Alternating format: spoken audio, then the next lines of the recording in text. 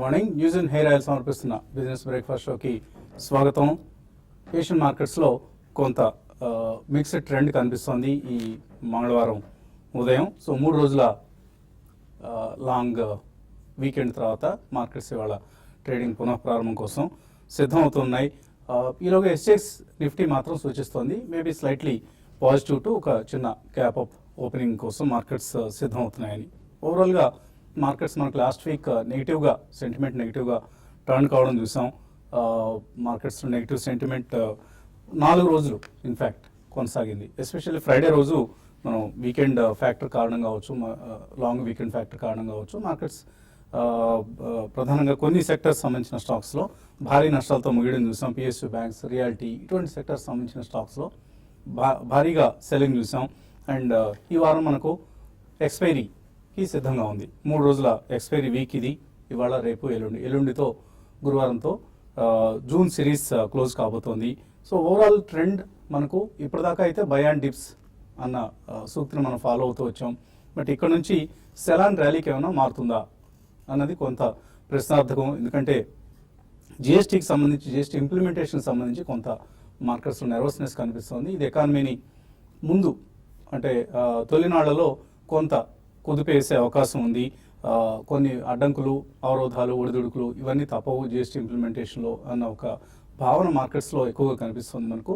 So దానికి సంబంధించిన కొన్ని సూచనలు, సంకేతాలు కూడా మనకు రకరకాల స్టేట్మెంట్స్ నుంచి అందుతూ వస్తున్నాయి. సో జిఎస్టీ ఇంప్లిమెంటేషన్ సంబంధించిన నర్వస్నెస్, అలాగే ప్రస్తుత క్వార్టర్ ఏదైతే ఉందో అంటే ఏప్రిల్, మే, జూన్ క్వార్టర్ ఏదైతే ఉందో అందులో కార్పొరేట్ పెర్ఫార్మెన్స్ అంతగా ఆశాజనకంగా ఉండదు, కొంత నిరాశాజనకంగా ఉంటుందన్న ఒక అంచనా కావచ్చు. ఇలాంటివన్నీ కూడా రాబోయే రోజుల్లో మార్కెట్స్లో మేబీ కరెక్షన్కి దారితీసే అవకాశాలు కనిపిస్తున్నాయి. అదర్వైజ్ మనకు ఈ సిరీస్ మాత్రం 9500 to 9700 ఈ మధ్యలో ఎక్కడో సెటిల్ అవుతుంది.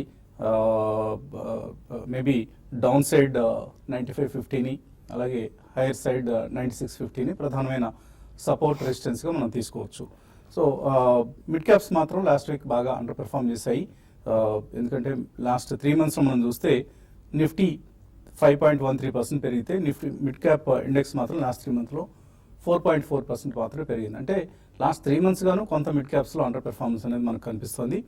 ప్రత్యేకించి లాస్ట్ వీక్ మనం మిడ్ క్యాప్స్లో చాలా ఎక్కువ అండర్ పెర్ఫార్మెన్స్ చూసాం. అండ్ కొంత క్లియర్ సైన్స్ మనకు కనిపించాయి. మిడ్ క్యాప్స్లో డీలివరేజింగ్కి ట్రేడర్స్ ఎక్కువగా ప్రాధాన్యం ఇచ్చారన్న అంశం మనకు లాస్ట్ వీక్ కనిపించింది. సో లార్జ్ క్యాప్స్లోనే ఎక్కువగా మనకు అవకాశాలు కనిపిస్తున్నాయి కంపేర్ టు మిడ్ క్యాప్స్. అయితే లార్జ్ క్యాప్స్ ర్యాలీ అయితే మిడ్ క్యాప్స్ ఆటోమేటిక్ ర్యాలీ అవుతాయి కాబట్టి అది కూడా మనకు ఒక ఫ్యాక్టర్. సో 9600 లెవెల్ని నిలబెట్టుకోవడం మాత్రం నిఫ్టీకి కీలకం. ఎందుకంటే 20-day మూవింగ్ యావరేజ్ మనకు 9628 దగ్గర ఉంది. అలాగే ఆల్ టైమ్ హై 9707 దాన్ని చేరుకోలేకపోతుంది నిఫ్టీ. అండ్ మేబీ 9600 లెవెల్ని కనుక నిలబెట్టుకోగలిగితే కొంత పాజిటివ్గా ట్రేడ్ అవుతాయి. లేదు అంటే మాత్రం మార్కెట్స్ కొంత నెగిటివ్గా ట్రేడ్ అయ్యే అవకాశం ఉంది. అండ్ ఈ వీక్ మనకు రేపు ఏయూ స్మాల్ ఫైనాన్స్ బ్యాంక్ అనే ఒక ఇష్యూ ఓపెన్ అవుతుంది. సో ఆర్బీఐ నుంచి స్మాల్ ఫైనాన్స్ బ్యాంక్స్కి లైసెన్స్ పొందిన 10 సంస్థల్లో ఏయూ స్మాల్ ఫైనాన్స్ బ్యాంక్ కూడా ఒకటి. రేపటి నుంచి 3 రోజుల పాటు ఇష్యూ అంటే 30వ తేదీ వరకు ఇష్యూ ఓపెన్గా ఉంటుంది.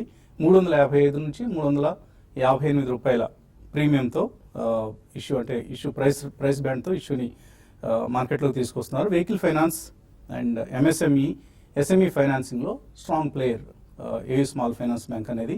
వీళ్ళకి రాజస్థాన్ హెడ్ క్వార్టర్స్, రాజస్థాన్, మహారాష్ట్ర, గుజరాత్ ఇప్పటిదాకా ఈ 3 రాష్ట్రాలకే ఎక్కువ ఆపరేషన్స్ పరిమితమయ్యాయి. రాబోయే రోజుల్లో మరిన్ని రాష్ట్రాలకు విస్తరించే ప్రయత్నాల్లో ఈ AU finance small finance bank ప్రయత్నాలు సాగిస్తోంది.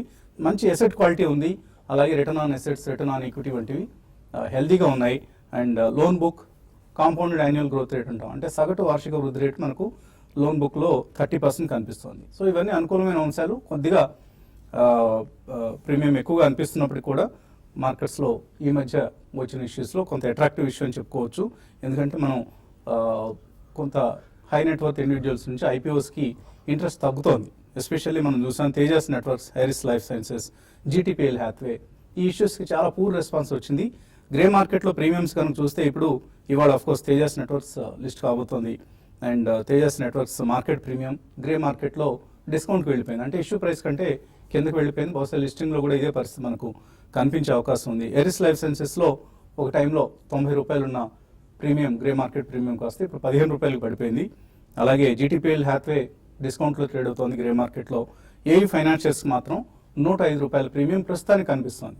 ఇది కూడా రాబోయే రోజుల్లో తగ్గుతుందా లేదా అట్లీస్ట్ మెయింటైన్ అవుతుందా లేదా పెరుగుతుందా అన్నది సెంటిమెంట్ని బట్టి ఆధారపడి ఉంటుంది. But as of now issue అయితే ఏయూ స్మాల్ ఫైనాన్స్ బ్యాంక్ అనుకూలంగా ఉంది. ఇన్వెస్ట్మెంట్కి కొంత మనీని రిజర్వ్ చేసి పెట్టుకోండి ఈ ఇష్యూకి అప్లై చేయడం. మార్కెట్స్ పరిస్థితి గురించి మాట్లాడడానికి అనలిస్ట్ సిద్ధంగా ఉన్నారు మనతో. సో 3 days వీకెండ్ తర్వాత మార్కెట్స్ ఓపెనింగ్ కోసం సిద్ధం అవుతున్నాయి. సో నియర్ టర్మ్ ట్రెండ్ ఎలా అనిపిస్తుంది మీకు? యా, ఐ థింక్ ఎక్కువ స్ట్రెంగ్త్ అయితే కనిపించలేదండి. ఎందుకంటే కాన్సన్ట్రేటెడ్ బయింగ్ ఏదైతే మనం ఒక 2 weeks ముందర చూసామో, ఐ థింక్ లాస్ట్ 1 week లో పెద్దగా ఇంట్రెస్ట్ అయితే లేదు అక్రాస్ ఆల్ అండి. అంటే mid small and large caps లో కూడా పెద్దగా బయింగ్ అయితే మనం చూడలేదు. కాబట్టి they will wait for 30th June results as well as even GST implementation మీరు ఇందాక మెన్షన్ చేసినట్టు చాలా సాధక బాధకాలు ఉంటాయండి అందులో. సో ఆపరేషన్ ప్రిపేర్డ్నెస్ కొన్ని వర్గాల నుంచి లేదు. I think almost about 30-40% of the people are not yet ready. అంటే వాళ్ళు ఇంప్లిమెంటేషన్ కానివ్వండి, రిజిస్ట్రేషన్ కానివ్వండి, సాఫ్ట్వేర్ కానీ. సో ఇవన్నీ కూడా they will take their own sweet time అండి. It may take 1 or 2 quarters. కాబట్టి మన మార్కెట్ వర్గాలు కూడా they will just wait and watch. But of course మిగిలిన మనం చెప్పుకోవాల్సిన దగ్గర ఎక్స్టర్నల్లీ కూడా అంత పాజిటివ్ న్యూస్ లేదండి. Okay, US trip of Modi was reasonably good. It was more of a symbol than a substance. But all in all, I think market will wait అండి. చాలా రోజుల తర్వాత మనం ఒక టైమ్ వైజ్ కరెక్షన్ అనేది చూడబోయే అవకాశం దొరుకుతుంది. అంటే రాబోయే మేబీ 1 or 2 months లో కూడా. సో ఎక్కడైనా కానీ మనకి ఫ్రెష్గా ఎంట్రీ తీసుకోవాలనుకున్న వాళ్ళు మాత్రం బల్క్ మనీ పెద్ద మొత్తం కమిట్ చేయాలనుకున్న వాళ్ళు they can wait it out for the next few days అండి. మనకి ఇంప్లిమెంటేషన్ అయిన తర్వాత then will know the reality of the picture. Long టర్మ్లో ఎంత పాజిటివ్ అయినా కానీ I think short term hiccups అనేవి డెఫినెట్లీ ఉంటాయి. ఒకవేళ స్పీడియర్గా అడ్రస్ చేయగలిగితే మాత్రం that will be an extremely strong positive move అండి. That will happen only after maybe September quarter results అయిన తర్వాత. So all in all I think one should wait it out for a few more days. ఒకవేళ trading positions ఏమైనా ఉంటే కూడా ఎవరైనా ప్రాఫిట్స్లో ఉంటే తప్పకుండా once they should take it off the table అండి. ఎందుకంటే ఒకటి కాకపోయినా ఇంకొక స్టాక్ అయినా, ఒక సెక్టర్ కాకపోతే ఇంకో స్టాక్ అయినా, ట్రేడర్స్కి I don't think they should be really bothered much. Investors can definitely wait out. Be a little bit cautious. మరి అగ్రెసివ్గా మాత్రం అనలేదు. SIPs can always continue. So ట్రేడర్స్కి ఎటువంటి సలహా ఇస్తున్నారు? ట్రేడింగ్ పరంగా మార్కెట్స్ ఈరోజు కొంచెం గ్యాప్ అప్ రావచ్చు. అయితే గ్యాప్ అనేది ఎంతవరకు సస్టైన్ అవుతుందని చూడాల్సి ఉంటుంది. మనకి లాస్ట్ వీక్లో చూసుకుంటే స్టాక్స్లో బాగా లాస్ట్ ఒక 2-3 ట్రేడింగ్ సెషన్లో కొంత సెల్లింగ్ అనేది చూసాము. అయితే గ్లోబల్ మార్కెట్స్గా ఇప్పటివరకు పెద్ద నెగిటివ్స్ అయితే లేవు. డొమెస్టిక్ కానీ కొన్ని సెక్టార్లు బాగా వీక్గా ఉన్నాయి. ఫర్ ఎగ్జాంపుల్ బ్యాంకింగ్ స్టాక్స్ ఒకటి లాస్ట్ ఫ్యూ డేస్గా వీక్ ఉన్నాయి. ఇంకా ఈ రోజు కూడా మళ్ళీ బ్యాంకింగ్ స్టాక్స్ కొంత వీక్గా ఉండే అవకాశం ఉంది. కాబట్టి బ్యాంకింగ్ స్టాక్స్లో హయ్యర్ లెవెల్స్లో రీసెంట్గా ప్రాఫిట్స్ ఉన్న వాళ్ళు ఒకసారి ప్రాఫిట్ బుక్ చేసుకోమంటాను హయ్యర్ లెవెల్స్కి వచ్చినప్పుడల్లా కూడా. తర్వాత ట్రేడింగ్ పరంగా కూడా హయ్యర్ లెవెల్స్లో షార్ట్ సెల్ చేసుకోవచ్చు. ఇంకా బయింగ్ విషయానికి వస్తే ఫార్మా కౌంటర్స్లో మనకి లాస్ట్ కొన్ని రోజుల్లో కొంత ఫ్రెష్ బయింగ్ అనేది కనపడుతుంది. ఈవెన్ F&Oలో డేటా కానీ గమనిస్తే ఎక్కువగా లాస్ట్ 2-3 రోజులుగా కొంచెం డిఫెన్స్ స్టాక్ వైపు కొంత బయింగ్ ఇంట్రెస్ట్ ఫ్యూచర్స్లో కనపడుతుంది. దానిలో భాగంగా క్యాడిలాని కూడా ఎవరీ డిప్లో నెక్స్ట్ 3 రోజులకి అంటే ఈ F&O క్లోజింగ్ వరకు బై చేసుకోమని చెప్తాను. అదేవిధంగా నెక్స్ట్ సిరీస్కి గ్లెన్మార్క్ ఫార్మాని బై చేసుకోమంటాను. ఇది కూడా చూసుకుంటే చాలా ఓవర్సోల్లో ఉంది. దాదాపు అన్ని ఫార్మా కౌంటర్స్ రీసెంట్ లోస్ నుంచి రికవర్ అయినా కూడా గ్లెన్మార్క్ ఫార్మా రికవరీ కాలేదు. దీంట్లో ఒక bounce back, technical bounce back రావచ్చు కరెంట్ లెవెల్స్ నుంచి. కాబట్టి నెక్స్ట్ సిరీస్కి గ్లెన్మార్క్ని క్యారీ చేసుకోమని చెప్తాను. తర్వాత రిలయన్స్ ఇండస్ట్రీస్ చూసుకుంటే లాస్ట్ ఒక కొన్ని రోజులుగా చాలా స్ట్రాంగ్గా 1320 నుంచి ఆల్మోస్ట్ మనకి 1445 లెవెల్స్కి వచ్చి గతంలో కూడా ఇక్కడ నుంచి ఈ ట్రెండ్ రివర్స్లో కావడం చూసాము. కాబట్టి అదే ఈ సిరీస్కి మాత్రం చాలా స్ట్రాంగ్గా ఉండొచ్చు. అయినా కూడా ఈ రోజుకి మాత్రం హయ్యర్ లెవెల్స్లో ప్రాఫిట్ బుకింగ్ రావచ్చు. కాబట్టి దాన్ని హయ్యర్ లెవెల్స్లో సెల్ చేయమంటాను. తర్వాత ఇంకొక కౌంటర్ BML ఒకటి చాలా స్ట్రాంగ్ ఉంది. ఈ సిరీస్ మొత్తం కూడా చూసుకుంటే కంటిన్యూగా అవుట్ పర్ఫామ్ చేసింది. అది ఎవరీ డిప్లో కూడా బై అని చెప్తాను. ఈ సిరీస్ మొత్తం కూడా చూసుకుంటే అది చాలా 1240 నుంచి 1340, 1350 దాకా వచ్చింది. కాబట్టి ఎవరీ డిప్లో దీన్ని నెక్స్ట్ ఫ్యూ డేస్కి చాలా స్ట్రాంగ్ ఉండే అవకాశం కనపడుతుంది. ఇక నిఫ్టీ ఈ సిరీస్లో క్లోజింగ్ కానీ చూసుకుంటే 9575 దానిపైన సస్టైన్ కాగలిగితే నెక్స్ట్ ఈరోజు 96 లెవెల్స్ దాటి పైకి వెళ్ళచ్చు. ఒకవేళ 9575 కానీ ఈ రోజు రేపట్లో సస్టైన్ కాలేకపోతే సెల్లింగ్ ప్రెషర్ వచ్చి 9520 కూడా ఈ సిరీస్లో టెస్ట్ చేసే అవకాశం ఉంది. ఏదైనా కూడా లాస్ట్ సిరీస్లో మనం చూసాం లాస్ట్ డే చాలా షార్ట్ కవరింగ్ వచ్చి నిఫ్టీ పెరిగింది. ఎగ్జాక్ట్గా లాస్ట్ సిరీస్లో ఎంత క్లోజ్ అయిందో ఇప్పుడు కూడా నిఫ్టీ అదే లెవెల్లో ఉంది, అంటే 9575. కాబట్టి 9575 కీలకమైన లెవెల్గా చెప్తాను. దాని బిలో ఉంటే సెల్ చేయమంటాను, దాని అబోవ్ కంటిన్యూగా ట్రేడ్ అయితే మాత్రం ఎవరి డిప్లో ఇప్పుడు చెప్పిన కొన్ని స్టాక్స్లో లాంగ్ అనమంటాను. Bank Nifty and banking stocks మాత్రం ర్యాలీస్లో సెల్ చేయమని చెప్తాను. So last week CDSL issue సక్సెస్ఫుల్గా క్లోజ్ కావడం మనం చూసాం. ఆల్మోస్ట్ 170 టైమ్స్ ఓవర్ సబ్స్క్రైబ్ అయిన ఇష్యూ ఇది. సో సిడిఎస్ఎల్ ఐపీఓకి సంబంధించి గ్రే మార్కెట్లో ఒక టైంలో 120 రూపాయల ప్రీమియం నడిచింది. ప్రస్తుతం అది 85 రూపీస్కి తగ్గింది. సో గ్రే మార్కెట్లో ప్రీమియమ్స్ మార్కెట్ సెంటిమెంట్ ఆసరాగా తగ్గుతూ వస్తున్న సంగతి మనం చూస్తున్నాం. సో ఐపీఓకి సంబంధించి ఎక్స్పీరియన్స్ పనికిరాదు, ఏవి ఫైనాన్షియల్స్కి మాత్రం కొంత ఎక్స్పోజర్ తీసుకోవచ్చని మనం రికమెండ్ చేయడం జరుగుతుంది. కాలర్స్ లైన్లో ఉన్నారు. చీరాల నుంచి Venkateswarlu. Hello, good morning all of you. Morning. Emco and Fortis Health Care ఈ రెండు 6 months పరిధితో హోల్డ్ చేయొచ్చా? ఎంకో ఫండమెంటల్స్ ఏమిటి? ఫోర్టీస్ హెల్త్ కేర్ కొన్నారా ఆల్రెడీ? ఏమండి? ఫోర్టీస్ హెల్త్ కేర్ కొన్నారా? లేదు ఈ రోజు కొనాలనుకుంటున్నాం. కనీసం 6 months లో 10% రిటర్న్ ఇవ్వదా అనే ఆలోచన. బాగా తగ్గింది కాబట్టి ఏదైనా బౌన్స్ బ్యాక్ ఉండబోతుందని ఆశ. కానీ చాలా ఆ ప్రమోటర్స్ వైపు నుంచి చాలా కష్టాలు ఎదుర్కొంటున్నారండి. మీరు జాగ్రత్తగా ఉండాలి. ఇటువంటి కౌంటర్స్లో దూరంగా ఉండడం మంచిది సాధ్యమైనంత వరకు. బట్ చాలా రిస్కీ బెట్ అవుతుంది ఒకవేళ కొంటే మాత్రం. సో కొనొచ్చా ఇక్కడ? చూడండి, రెండు కూడా మీకు షార్ట్ టర్మ్ అయితే మా ఎంకో అయితే వద్దనే చెప్తానండి. ఈవెన్ షార్ట్ టర్మ్కి వద్దు, లాంగ్ టర్మ్ కూడా అవాయిడ్ చేయమని చెప్తాను. ఫోర్టీస్ ఏంటంటే ఎప్పటికప్పుడు న్యూస్ చూస్తున్నామండి, కాబట్టి అది కూడా ఏంటంటే ఒకరోజు పాజిటివ్ ఒకరోజు నెగిటివ్. దీనివల్ల ఏంటంటే ఇన్వెస్ట్మెంట్స్ ఇప్పుడు మంచి ఇన్వెస్ట్మెంట్స్ ఇందులో రావండి. కాబట్టి దాని దృష్టిలో పెట్టుకుంటే మీరు వోలటాలిటీ ఉన్నప్పుడు ఏంటంటే ట్రేడర్స్కి అనుకూలంగా ఉంటుంది, ఇన్వెస్ట్మెంట్స్ కాదండి. మీరు అవాయిడ్ చేయండి, ఫోర్టీస్ని అవాయిడ్ చేయండి. వీటికన్నా వేరే స్టాక్స్ వేరే సెక్టర్ని సెలెక్ట్ చేసుకోమంటాను. కొంచెం ఒక కరెక్షన్స్లో మనకి రిజల్ట్ తర్వాత మీరు మనకి నెక్స్ట్ మంత్ రిజల్ట్ ఉంటే రిజల్ట్ తర్వాత మంచి స్టాక్స్ సెలెక్ట్ చేసుకోమని చెప్తానండి. కర్నూలు నుంచి సత్యనారాయణ లైన్లో ఉన్నారు. హలో, హలో, అడగండి సత్యనారాయణ. సార్ మేము కర్నూలు సత్యనారాయణ సార్. వ్యవసాయం ఇప్పుడు నేను ఒక సామాన్య రైతుని సార్. నేను ఓకే, సామాన్య రైతుని. అసలు మరి వ్యవసాయ ఉత్పత్తులు మరి దారుణంగా పడిపోయినాయి సార్. అసలు ఏ చూసుకున్నా మొత్తం అపరాలు. Okay okay. మేము పోయినసారి ఈ టైంలో 10,000 ఉన్న మార్కెట్ ఈ రోజు 4,000 పడిపోయింది సార్. ఇది ఓకే అండి.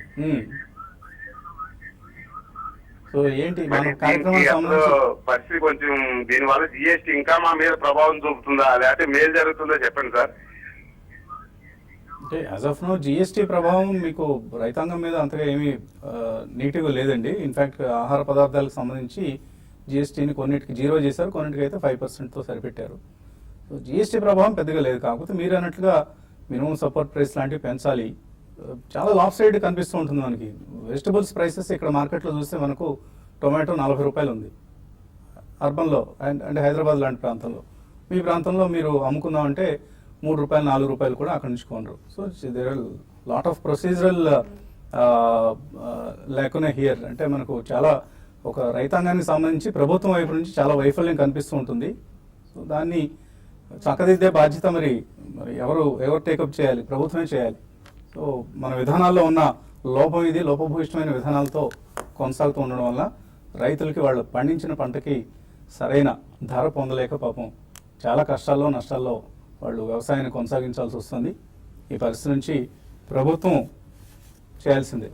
హైదరాబాద్ రోడ్లను కనుక వదిలేసినట్లుగా రైతులను కూడా వదిలేశారు. హైదరాబాద్లో వాతావరణం చాలా బ్యూటిఫుల్గా ఉంది, కానీ దరిద్రం ఏంటంటే రోడ్లు చాలా దారిద్రమైన పరిస్థితిలో ఉన్నాయి. విజయవాడ వైజాగ్ వెళ్ళినప్పుడు జలసీగా అసూయగా అనిపిస్తూ ఉంటుంది. ఎందుకు చక్కగా ఉంటాయి అక్కడ రోడ్లు.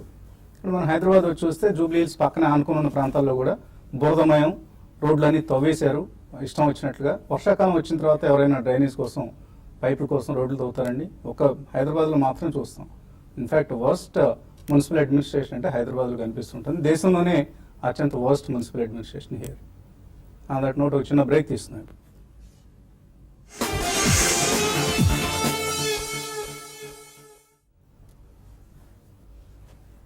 న్యూస్ అండ్ హెయిర్ ఆయిల్ సమర్పిస్తున్న బిజినెస్ బ్రేక్ఫాస్ట్ షోకి తిరిగి స్వాగతం. దయచేసి గమనించండి, ఇవాళ వాల్యూ బైని మనం ఇవ్వడం లేదు. ఎందువల్లంటే మార్కెట్స్ 3 days ఒక లాంగ్ వీకెండ్ తర్వాత మళ్ళీ ఓపెన్ అవుతున్నాయి కాబట్టి కొద్దిగా మార్కెట్స్ కండిషన్ చూసి దెన్ మిడ్ క్యాప్స్లో ఎటువంటి యాక్షన్ ఉంటుందో చూసి రేపటి నుంచి మళ్ళీ యథావిధిగా మన వాల్యూ బై రికమెండేషన్ని కొనసాగిద్దాం. కాలర్స్ లైన్లో ఉన్నారు. తర్వాత కాలర్ విజయవాడ నుంచి కోటేశ్వరరావు. హలో. నమస్తే అండి. నమస్తే అండి. ఇప్పుడు అడగండి. మ్యూచువల్ ఫండ్స్ లో కొన్ని లక్షల కోట్లు ఉన్నాయి కదండి. అవునండి. ఇప్పుడు ఈ ఆగ్రో కమ్యూనిటీస్ ఇంత డౌన్ అవుతున్నాయి కదా, ఈ కొంత అమౌంట్ ని 10% ఆ ఫండ్స్ లో కొని అది రేట్ పెరిగినప్పుడు అమ్ముకోవచ్చు కదండి. కమోడిటీస్లో ఇన్వెస్ట్ చేయాలంటారా? ఇది మిగులుతుంది ఏమండి? ఇప్పుడు 10% 20% లాభాలు వస్తాయి మీకు. ఇప్పుడు ఈ మ్యూచువల్ ఫండ్స్ వాళ్ళు అగ్రి కమోడిటీస్ కొనేసి ఇప్పుడు ఇప్పుడు పంట వచ్చినప్పుడు తక్కువ రేట్ వస్తుంది కదా, అప్పుడు కొనేసి ఈ కమోడిటీస్ ని మార్కెటింగ్ చేసుకుంటే తర్వాత మీకు 10-15% ప్రాఫిట్ ఉంటుంది. కొంత అమౌంట్ మ్యూచువల్ ఫండ్స్ అలా డైవర్ట్ చేయొచ్చు కదా రైతులు ఇబ్బంది లేకుండా. ఇన్ఫాక్ట్ చేయకూడదండి. ఫండ్స్ సంబంధించిన నిబంధనలు ఒప్పుకోవు. వాళ్ళు ఏ పర్పస్ అయితే రైజ్ చేశారో ఆ పర్పస్ దాటి వాళ్ళు బయటకు వెళ్ళడానికి వీల్లేదనమాట. సో వాళ్ళు ఈక్విటీస్ కోసం రైజ్ చేసిన మనీని కమాడిటీస్ కోసం ఇన్వెస్ట్ చేయడం కోసం వాడకూడదు. నిబంధనలు ఒప్పుకోవు. ఇన్ఫాక్ట్ మీరు అన్నది మంచి ఆలోచన. అటువంటి కొన్ని ఫండ్స్ ఉండాలండి. అటువంటి మార్కెట్ స్టెబిలైజేషన్ ఫండ్స్ అంటారు వాటిని. గతంలో కొంత ఆలోచన చేశారు. మార్కెట్ స్టెబిలైజేషన్ ఫండ్స్ని బాగా పెంచుదాం, ఒక సైజబుల్ అమౌంట్ దాన్ని తీసుకువెళ్దాం, బడ్జెట్ అలొకేషన్స్ కావచ్చు, ఇతరత్ర రైజ్ చేసిన మనీ కావచ్చు, మార్కెట్ స్టెబిలైజేషన్ ఫండ్స్ని ఎలా చేద్దామని ప్రయత్నం చేశారు. ఏమైందో తెలియదు. ప్రభుత్వం ఆలోచన వరకే చేస్తారు, ఇంప్లిమెంటేషన్లో శూన్యం కదా. సో మీరు అన్నది చాలా వ్యాలిడ్ పాయింట్. ఆగ్రో కమోడిటీస్కి ఎప్పటికప్పుడు ఒక స్టెబిలైజేషన్ ఫండ్ లాంటిది ఆదుకుంటూ ఉండాలి. అంటే ఇటువంటి రేట్లు పడిపోయినప్పుడు సపోర్ట్ చేసే మెకానిజం అనేది ఇటువంటి స్టెబిలైజేషన్ ఫండ్స్ ఆలోచన చేయాలి. ఎవరికి అంత సమయం ఉందండి? నియోజకవర్గాలు విభజనలు ఇటువంటి పొలిటికల్ డెసిషన్స్కి అయితే అందరూ చేతులు కలుగుతారు, అందరూ పరిగెడతారు. But they will not come to the rescue of farmers.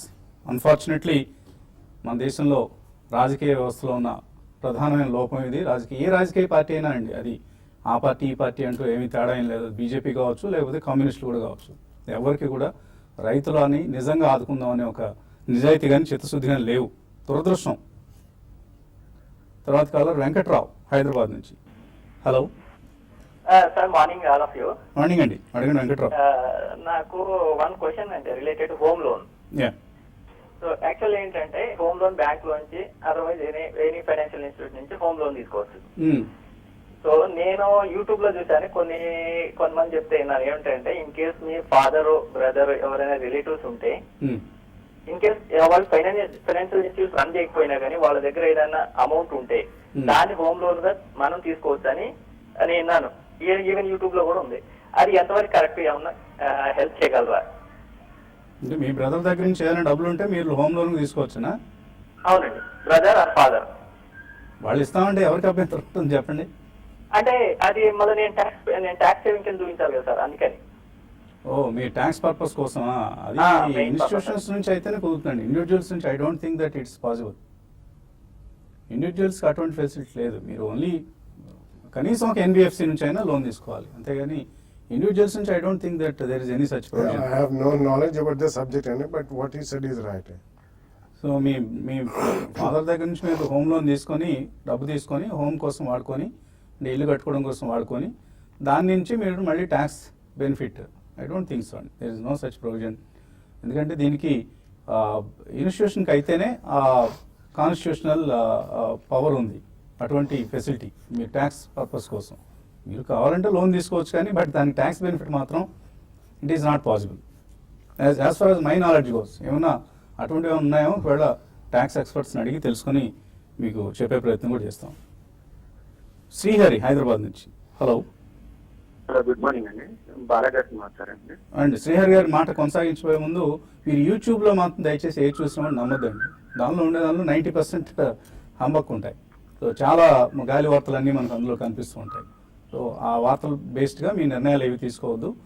Try to check with authorised channels, authorised experts. Srihari గారి ప్రశ్న అడగండి. సార్ గుడ్ మార్నింగ్ అండి, బాలాగారు మాట్లాడండి. అడగండి. సౌత్ ఇండియన్ బ్యాంక్ ఒకటి, వేటెక్ వ్యాబాగ్ ఒకటి 2 years నుంచి హోల్డ్ చేస్తున్నానండి. అప్పుడు సౌత్ ఇండియన్ బ్యాంక్ 40% లాస్ లో ఉన్నాను, వేటెక్ ఒక 30% లాస్ లో ఉన్నాను. ఇప్పుడు 2 ప్రాఫిట్ లో వచ్చాను, అంటే 10 to 15% ప్రాఫిట్ లో ఉన్నానండి. ఇంకా హైయర్ సైడ్ వెళ్ళే అవకాశం ఉంది, లేదంటే ఇంకా ఎగ్జిట్ అయిపోయి వేరే అదర్ షేర్స్ వెళ్ళమంటారు? ప్రాఫిట్ బుక్ చేసుకోవచ్చు వీటిలో. నో, హైయర్ సైడ్ వెళ్ళే అవకాశం ఉందండి, డెఫినెట్లీ రెండింటి కూడా ఉంది. విఏటెక్ వాబాగ్ యాక్చువల్లీ వాళ్ళు it's an Indian multinational company అండి. They also have lot of patents. Water related business లో definitely they are one of the best companies అని చెప్పొచ్చు. And it's a Indian multinational company. They almost operate in about 25 to 30 countries. So ఇప్పుడే మనం last 1.5 year అయిన తర్వాత we have started seeing the movement in the stock అండి. Around 700+ దాకా వచ్చింది. So it's a good company. And వాళ్ళ currency related problems కూడా ఉన్నాయి. గతంలో వాళ్ళు only engineering, procurement and construction, EPC ఒకటే చేసి వదిలేసేవాళ్ళు. బట్ నౌ యాన్యుటీ బేసిస్ మీద వాళ్ళు ప్యూరిఫై చేసిన వాటర్ పంపింగ్ చేయడంలో కూడా వాళ్ళకి రెవెన్యూ కట్స్ అనేది వస్తున్నాయి. So definitely I think you can continue with that అండి. అండ్ సౌత్ ఇండియన్ బ్యాంక్ కూడా చాలా రోజుల తర్వాత we have started seeing performance close to about 30 rupees plus ఉంది.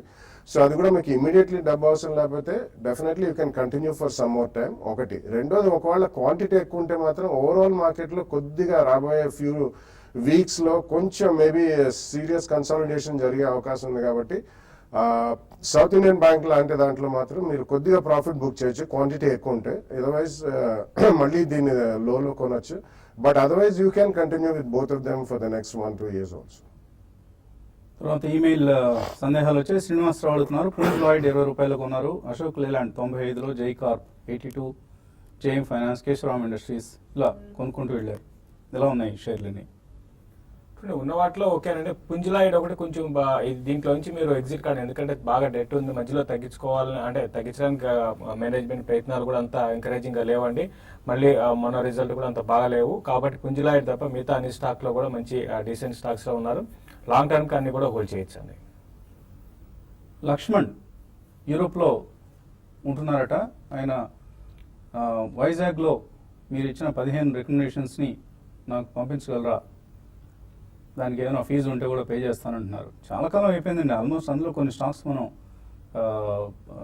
వాల్యూ బైస్గా కూడా రికమెండ్ చేసాం. అదే పోర్ట్ఫోలియోలో ఉన్న కొన్ని ఆ 15 స్టాక్స్ నుంచి కొన్నిటిని. కాబట్టి ఇప్పుడు ఇంకా మీరు పే చేయాల్సిన అవసరం లేదు. Will send you all those recommendations maybe if possible by an email.